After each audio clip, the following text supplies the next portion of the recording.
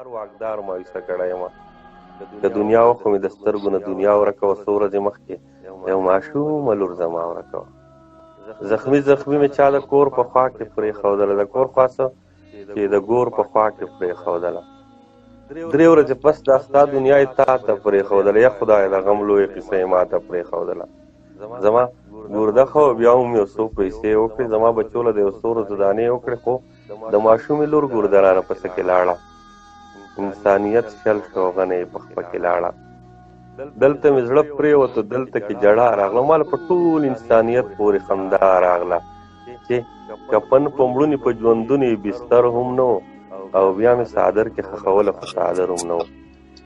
نو پورته اسمان ته په کتو باندې مجبوره شومه الهي، ستا نه په ګیلو باندې مجبوره شومه.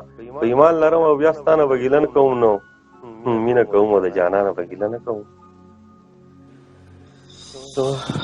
طاهر خان نه دم یاد داسې چې زما بل هم یو شعر راته یادېږي چې هغه ولاړ دی د هغه لالي له قبر کني.